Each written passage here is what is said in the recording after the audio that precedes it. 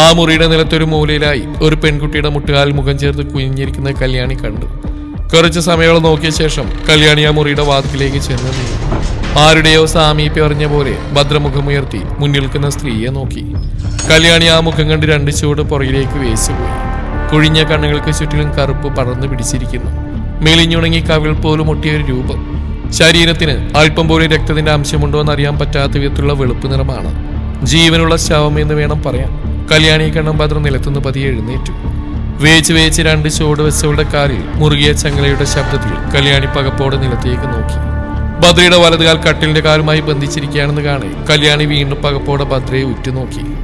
അലക്ഷ്യമായി മാറിലേക്ക് ഇട്ടിരിക്കുന്ന ധാവണി ഷോളിനിടയിലൂടെ കാണുന്ന വെളുത്ത അണിവയർ ആ മെലിഞ്ഞ ശരീരത്തിന് ചേരാത്തവണ്ണം വീർത്തിരിക്കുന്ന കാണെ കല്യാണിയുടെ കണ്ണുകൾ അറിയാതെ നിറഞ്ഞുപോയി. എന്റെ നാഥനെ കണ്ടോ? എന്നെ കൂട്ടാവിരുന്ന് പറഞ്ഞതാ, വന്നില്ല, നീ കണ്ടോ? ഭദ്ര ചോദിച്ചുകൊണ്ട് പതിയെ കല്യാണിക്കടുത്തേക്ക് നടന്നു വന്നു. പുറകിലേക്ക് ചുവടുകളൊക്കെ മറന്നിരുന്നു പോയി കല്യാണി. അത് ഞങ്ങളുടെ മോളാണോ?